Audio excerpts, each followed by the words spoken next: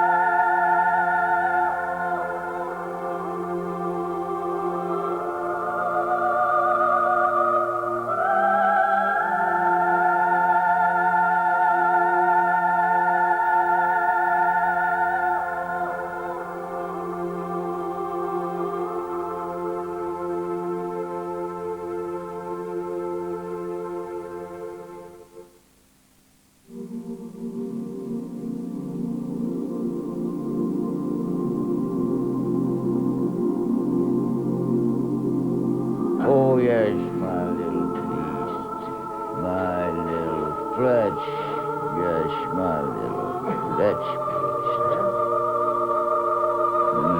Ready? This is from Interzone, the Junkie's Christmas.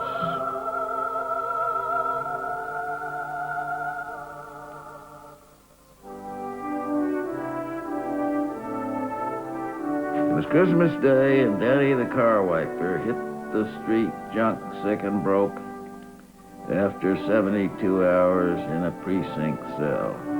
It was a clear, bright day, but there was no warmth in the sun. Danny shivered with an inner cold. He turned up the collar of his worn, greasy black overcoat. This beat Danny wouldn't pawn for a deuce, he thought. He was in the West 90s. A long block of brownstone rooming houses. Here and there, a holly wreath in a clean black window. Danny's senses registered everything sharp and clear with the painful intensity of junk sickness. The light hurt his dilated eyes. He walked past a car, darting his pale blue eyes sideways in quick appraisal. There was a package on the seat, and one of the ventilator windows was unlocked. Danny walked on 10 feet, no one in sight. He snapped his fingers and went through a pantomime of remembering something and wheeled around. No one. Bad setup, he decided. The street being empty like this, I stand out conspicuous. Gotta make it fast.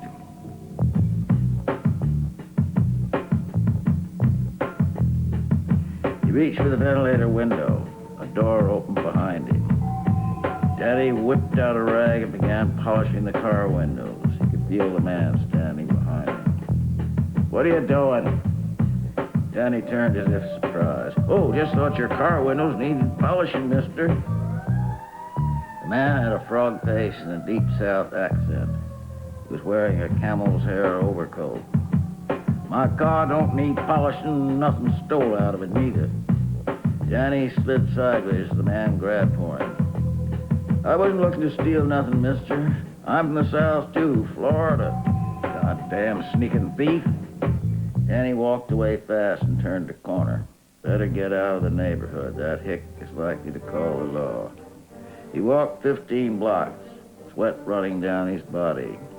There was a raw ache in his lungs. His lips drew back off his yellow teeth in a snarl of desperation. "I got his score somehow. If I had some decent clothes." Then he saw a suitcase standing in a doorway. Good leather. He stopped and pretended to look for a cigarette. Funny, he thought. No one around. Inside, maybe, phoning for a cab. The corner was only a few houses away. Danny took a deep breath and picked up the suitcase. He made the corner, another block, another corner. The case was heavy. I got a score all right, he thought. Maybe enough for a 16th in a room. Danny shivered and twitched, feeling a warm room and heroin emptying into his vein. Let's have a quick look. He stepped into Morningside Park. No one around. Jesus, I never saw the town this empty. He opened the suitcase. 2 long packages in brown wrapping paper. He took one out. It felt like meat. He tore the package open at one end, revealing a woman's naked foot. The toenails were painted with purple-red polish. He dropped the leg with a sneer of disgust. "Holy Jesus," he exclaimed. The routines people put down these days. Legs! Well, I got a case anyway. He dumped the other leg out. No bloodstains. He snapped the case shut and walked away. "Legs," he muttered. He found the buyer sitting at a table in Harrow's cafeteria. "Thought you might be taking the day off," Danny said, putting the case down. The buyer shook his head sadly. "I got nobody, so what's Christmas to me?" His eyes traveled over the case, poking, testing, looking for flaws. What was in it? Nothing. "What's the matter? I don't pay enough." "I tell you, there wasn't nothing in it." "Okay, so somebody travels with an empty suitcase. Okay." He held up 3 fingers. "For Christ's sake, Skimpy, give me a nickel. You got somebody else. Why don't he give you a nickel? It's like I say the case was empty." Skimpy kicked at the case disparagingly. "It's all nicked up and kind of dirty looking." He sniffed suspiciously. "How come it stink like that? Mexican leather?" "So, am I in the leather business?" Skimpy shrugged. "Could be." He pulled out a roll of bills and peeled off 3 ones, dropping them on the table behind the napkin dispenser. "You want?" "Okay." Danny picked up the money. "You see George the Greek?" he asked. "Why, you Banny got busted 2 days ago." "Oh, that's bad." Danny walked out. Now where can I score, he thought. George the Greek had lasted so long. Danny thought of him as permanent. It was good H, too, and no short counts. Daddy went up to 103rd and Broadway. Nobody in Harrow. Nobody in the automat. "Yeah," he snarled, "all the pushers off on the nod someplace. What they care about anybody else? So long as they get it in the vein. What they care about a sick junkie?" He wiped his nose with one finger, looking around furtively. There was no one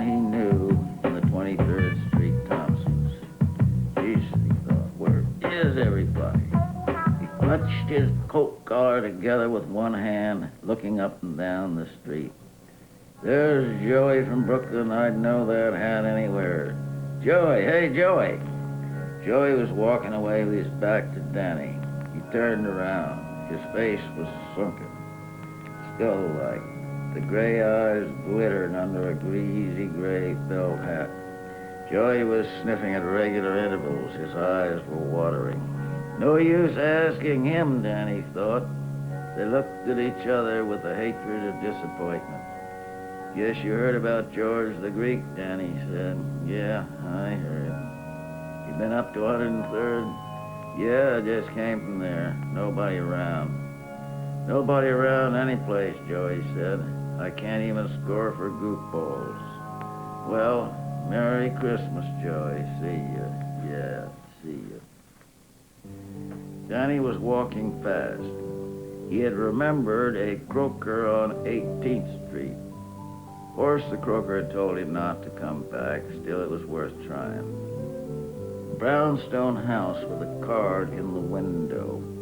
P.H. Zuniga, M.D. Danny rang the bell. He heard slow steps. The door opened and the doctor looked at Danny with bloodshot brown eyes. He said nothing. He just leaned there looking at Danny. Goddamn alcoholic, Danny thought. He smiled. Merry Christmas, Doctor. The doctor did not reply. You remember me, Doctor. Danny tried to edge past the doctor into the house. I'm sorry to trouble you on Christmas Day, but I've suffered another attack. Attack? Yes, facial neuralgia. Danny twisted one side of his face into a horrible grimace. The doctor recoiled slightly, and Danny pushed into the dark hallway. Better shut the door, you'll be catching cold, he said jovially, shoving the door shut. The doctor looked at him, his face focusing visibly. I can't give you a prescription, he said. But doctor, this is a legitimate condition, an emergency, you understand. No prescription impossible, it's against the law. You took an oath, Doctor, I'm in agony. Danny's voice shot up to a hysterical, grating whine. The doctor winced and passed a hand over his forehead. Let me think. I can give you 1 quarter-grain tablet. That's all I have in the house. But doctor, a quarter G. The doctor stopped him. If your condition is legitimate, you will not need more. If it isn't, I don't want anything to do with you. Wait right here. The doctor weaved down the hall, leaving a wake of alcoholic breath. He came back and dropped a tablet into Danny's hand. Danny wrapped the tablet in a piece of paper and tucked it away. There is no charge. The doctor put his hand on the doorknob. And now, my dear, but doctor, can't you inject the medication? No, you will obtain longer relief than using orally. Please not to return. The doctor opened the door. Well, this will take the edge off, and I still have money to put down on a room, Danny thought. Danny put down $2 on a $6 a week room in the West 40s, where he knew the landlord. He bolted the door and put his spoon, needle, and dropper on a table by the bed. He dropped the tablet in the spoon and covered it with a dropper full of water. He held a match under the spoon until the tablet dissolved. He tore a strip of paper, wet it, and wrapped it around the end of the dropper, fitting the needle over the wet paper to make an airtight connection. He dropped a piece of lint from his pocket into the spoon and sucked the liquid into the dropper through the needle, holding the needle in the lint to take up the last drop. Danny's hands trembled with excitement and his breath was quick. With a shot in front of him, his defenses gave way and junk sickness flooded his body. His legs began to twitch and ache. Cramps stirred in his stomach. Tears ran down his face from his smarting, burning eyes. He wrapped a handkerchief around his right arm, holding the end in his teeth. He tucked the handkerchief in and began rubbing his arm to bring out a vein. Guess I can hit that one, he thought, running one finger along a vein. He picked up the dropper in his left hand.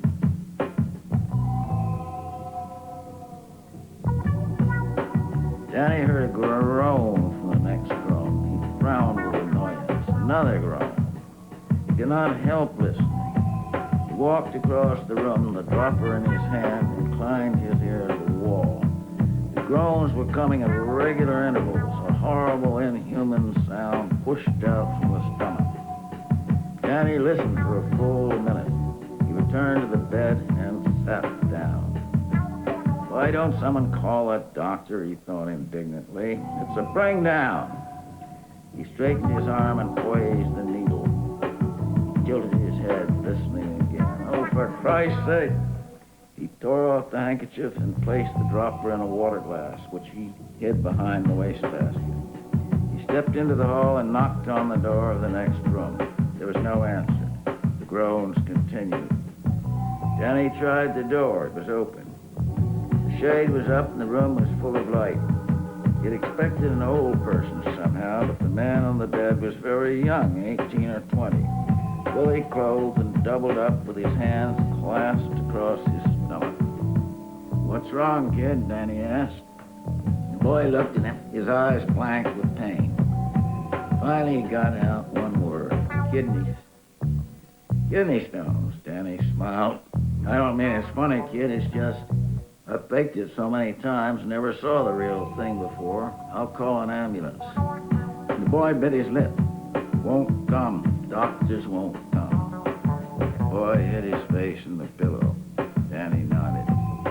They figure it's just another junkie throwing a winding for a shot. But your case is legit. Maybe if I went to the hospital and explained things, no, I guess that wouldn't be so good.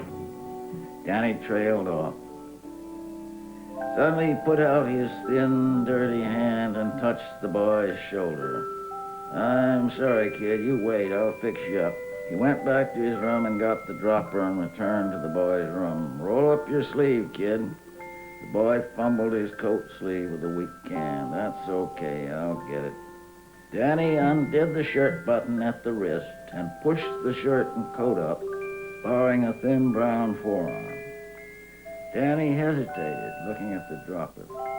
Sweat ran down his nose. The boy was looking up at him. Danny shoved the needle in the boy's forearm and watched the liquid drain into the flesh.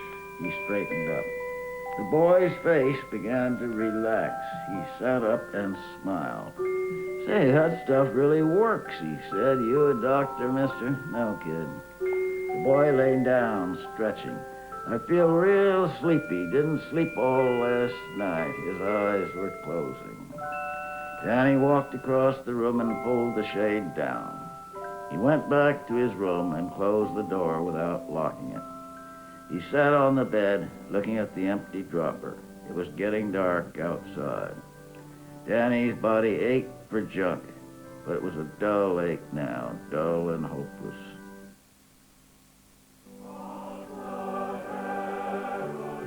Suddenly a warm flood pulsed through his veins and broke in his head like 1,000 golden speedballs.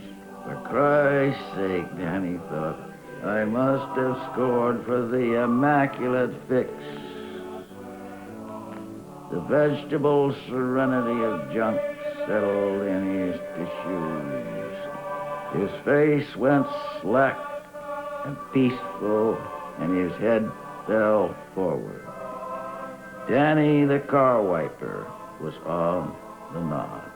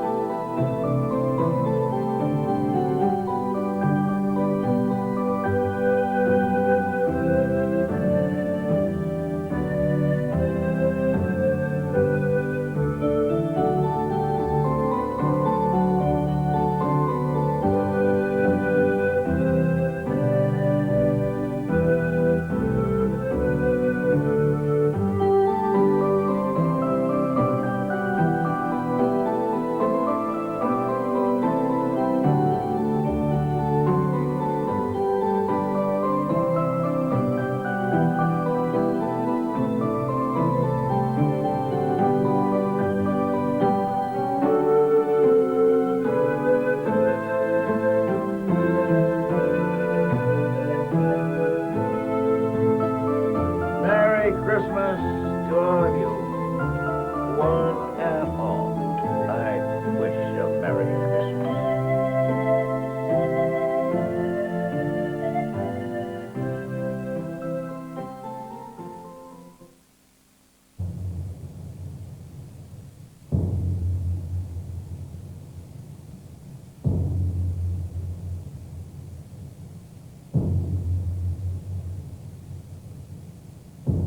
When I become death, death is the seed from which I grow.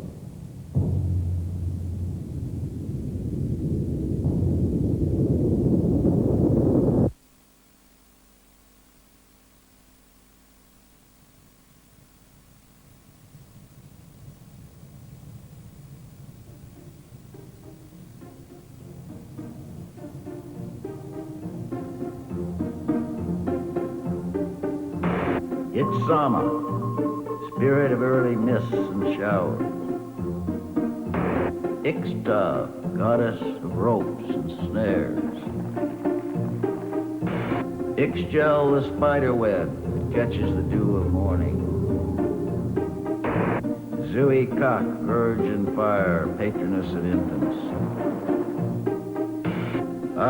Ziz, the master of cold. Kaku Bucket, who works in fire. Ixtub Doom, she who spits out precious stones. Xjun Chan, the dangerous one.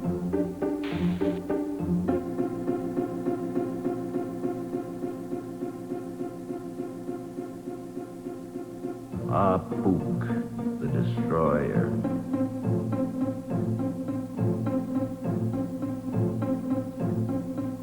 Hiroshima, 1945, August 6, 16 minutes past 8 a.m.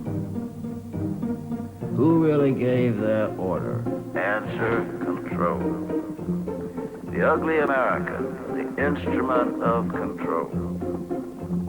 Question, if control's control is absolute, why does control need to control? Answer, control needs time. Question, is control controlled by its need to control? Answer, yes. Why does control need humans, as you call them? Wait, time, a landing field. Death needs time like a junkie needs junk. And what does death need time for? The answer is so simple.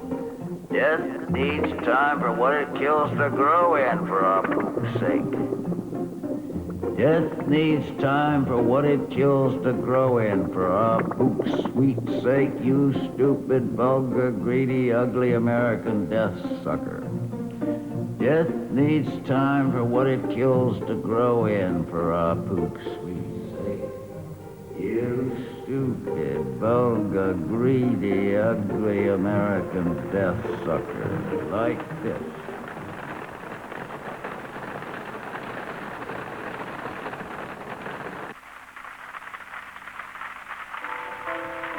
We have a new type of rule now.